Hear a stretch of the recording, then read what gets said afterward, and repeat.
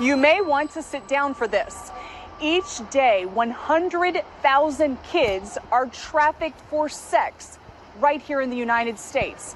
Not surprising, it's the least of these, the nation's most vulnerable, who end up as easy prey. These children that are being trafficked are modern-day orphans. And what we know, a staggering statistic, is that 50 to 60%, maybe even more, are coming out of foster care. Altogether, an estimated 1 million people are made slaves in the land of the free. Most people don't understand how big of a problem sex trafficking is in the United States. 1 million people in America, overall, 100,000 kids every day trafficked for sex. Where is the outrage? Well, we know it's spiritual warfare. We think the enemy's done a very good job of keeping us blind to the issues, and we're either it's so ugly and so perverse that people don't want to hear about it, or they turn blind eyes to it. If you know that your children and children in your community are being abducted or lured and then sold and then raped 10, 15, 20, 30 times a day, I think you would do something about it. Kevin Malone is a retired GM for Major League Baseball. Jeff Rogers is a former IBM executive.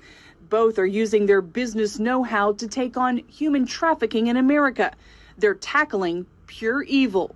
If a man wants to pay to rape a child, but he wants a certain type of look of a child, a 10-year-old redheaded girl with blue eyes, then they're going to go get that for this guy. So we're living in a very challenging time, and it's happening all over America. It's draining work.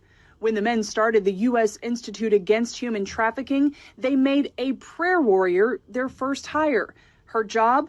Pray unceasingly and cover them as they tackle the source of the problem. Sex trafficking is a supply answer to a demand problem. To cut it off, they've created traffic-free zones communities can implement using tools with proven track records. The key to this is getting all the different sectors of society firing away at demand at the same time. So helping law enforcement to focus more on the demand, the county government or city government declaring itself a trafficking-free zone, helping businesses and technology, using technology, the school system, healthcare organizations, and especially the churches. Studies show some 70% of men are either addicted to pornography or view it regularly, and experts believe porn is the fueling factor for sex trafficking. We know the answer is Jesus Christ. Christ is the answer for the restoration of the survivors.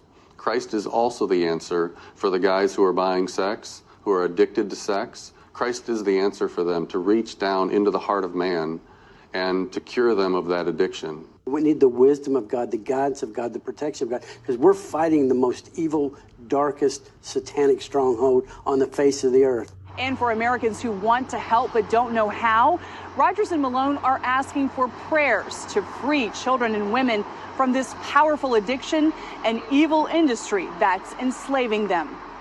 Jennifer Wishon, CBN News.